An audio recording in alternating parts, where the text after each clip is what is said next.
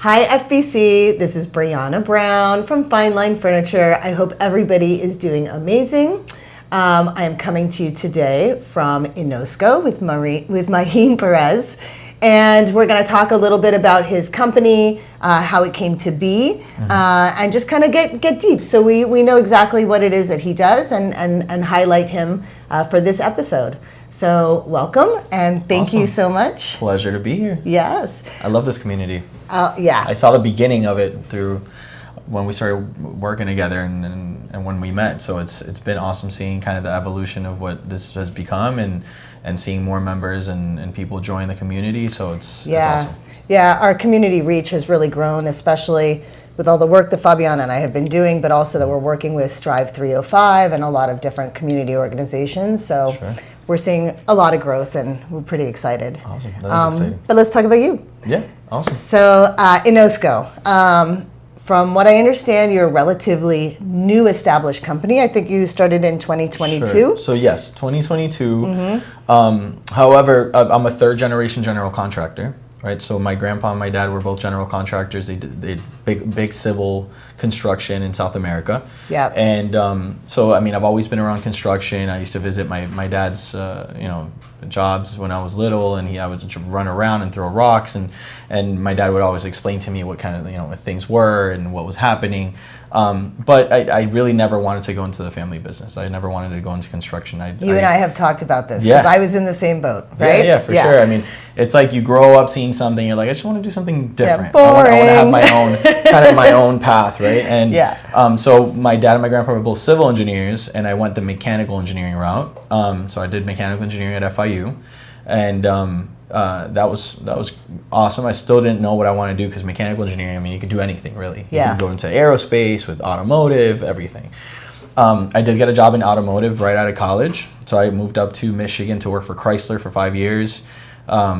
Awesome opportunity. It was a leadership development program that's been around since the 30s, I believe, where they used to be an accredited university and did a master's degree. Now they got smart. Actually, they send you out to a university and they just pay for your master's. Right. So I got my master's in mechanical engineering, so I doubled down on that.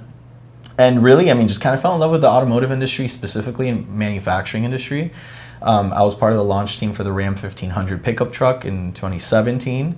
So that kind of opened my eyes to the manufacturing industry and just how fast paced it was, and just seeing, kind of how amazing it is to see something roll out of the innovation, a production line, right? Like it's very satisfying. It's very rewarding to see an end product come out of the line. Yeah. I had a couple of jobs while I was at Chrysler where I worked for a year on projects and they never got approved. So I would be, working on one thing really hard for a year, and then ultimately it would go for program approval, and then I was just like, so what happened? No, it's not approved. And you're like, well, what did I do for the last year, right? And all that, obviously, it becomes institutional knowledge and lessons learned and stuff like that for other projects, which is fine. But I like the fast pace. I did like the fast pace. After that, I moved back down to Miami. I was raised in Weston, in Broward County, and I've always been in South Florida, right? Yeah. So I came down. I worked for a large beverage company, an energy drink company, and I was a senior project manager for them, kind of just helping out with different facilities. I used to, going to Phoenix. They were building out something in Phoenix, so I would help out there. Atlanta, here in Pembroke Pines. And got a lot of experience in construction, because they were building out these facilities, and how do you integrate machines, how do you automate production lines, anything from maintenance programs to permits and all this stuff, which was relatively new to me. But deep inside, I kind of, I've always been around construction, so it kind of felt familiar in a way, and it kind of merged this mechanical engineering thing, where I studied mechanical engineering, merged it background with construction. Yeah. So I did that for a while, and after a while, I said, you know what, I'm going to get my general contractor's license. And so I started studying for that, and I got my license, and it became clear to me that the only way to go for me is to merge the two worlds, right? Just do construction, but focus it on industrial and mechanical engineering, which is building out manufacturing facilities. Yeah. So we're essentially a general contractor, a design build firm that specializes in manufacturing. So we built we build the facilities where they make things. That goes for a lot of different industries. We've worked in the printing industry.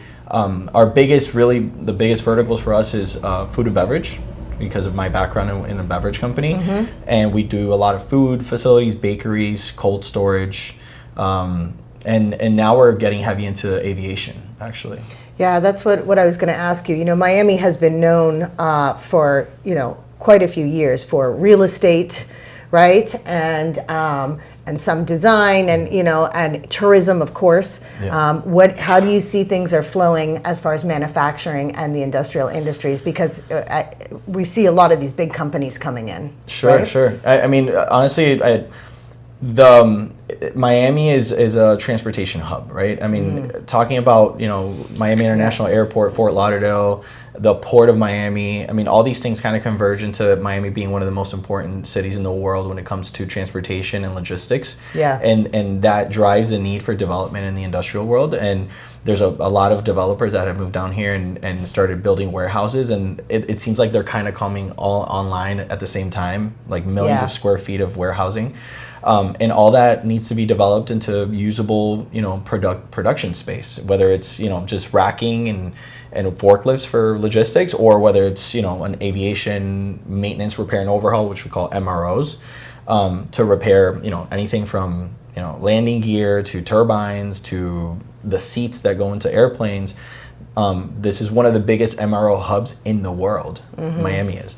And so that's not gonna stop. Obviously, with billions of dollars being poured into the port of Miami and Miami International, it's just gonna grow. There's gonna be more planes. There's gonna be more people, and that's gonna drive just more of a need for these MROs and big companies to produce. For these companies that are coming in, whether they're starting up or they're renovating, or what are the biggest mistakes that you're seeing that they're making when they're getting ready to move forward? So unfortunately, and this happens with a lot of the big cities, right? Like in construction, in being Miami, you get people from all over the world, right?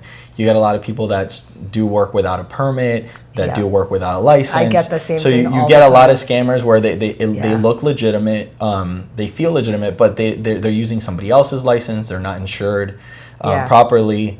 So really, I think it's understanding that you have to work with someone that knows the local building requirements and knows the municipalities, but also verify that they have, who are you working with that actually has a license, and what's the insurance. I mean, they might show you that they have general liability insurance, but do they cover what you're doing? A lot of cases, their insurance doesn't cover working in a production space, in a manufacturing space. They're just insured to work in residential, but they're telling you they're going to renovate your warehouse for them. So, like, for example, my insurance doesn't cover residential. I don't work residential, because I focus only in industrial. So having those kind of conversations beforehand and understanding what's their expertise. And I think and I think this goes for all of business. I think nowadays a lot of people are driving more towards being specialists in what they do, right? People don't want to work with generalists. They want to work with the people that are good at what they do and that specialize in this specific niche where they're going to have to,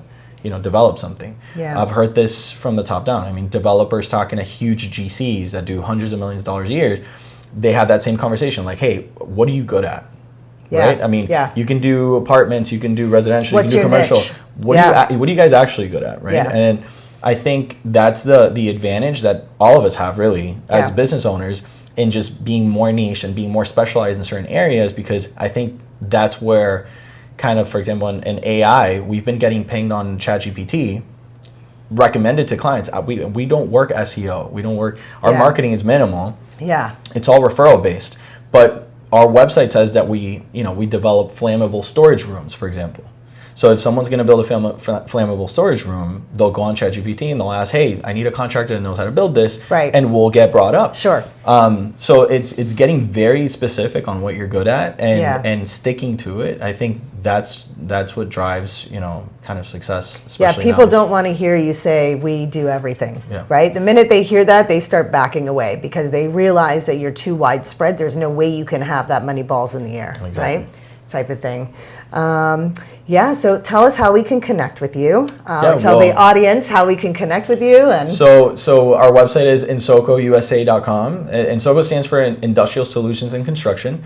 So INSOCOUSA.com. My email's Magin.Perez@INSOCOUSA.com. I mean, you can share it somewhere in a link. We will. And we have an office in South Miami, right by downtown. So we love it here. We don't think we're ever leaving South Miami.